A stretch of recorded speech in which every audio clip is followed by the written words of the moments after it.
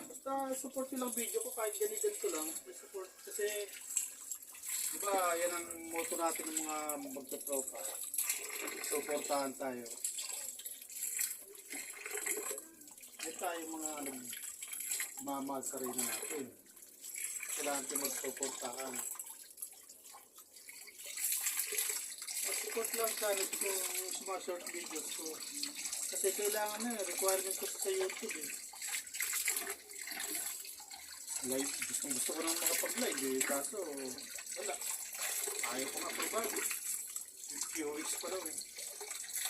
Upload lang daw ng upload ng mga short video. Hindi ito, patituloy ito. Pag-disturang ko na. Ayan, gusto na.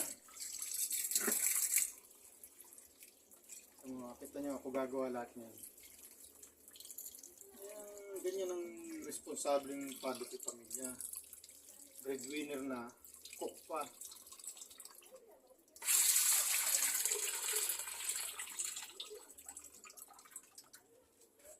Saan ba yung isang ano?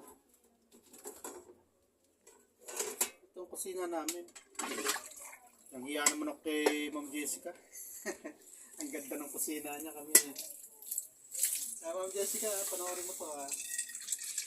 Kung paano magluto ng simpleng yung mga niluluto mo, hindi ko kilala yan. Ano ba, mga Italian ba yan? Mga ano? Italian cuisines. Kala ko, sarsyado tilapia lang. Ito mo natin lagay. Makatulo siya para maasinan. Para saan po yung asin?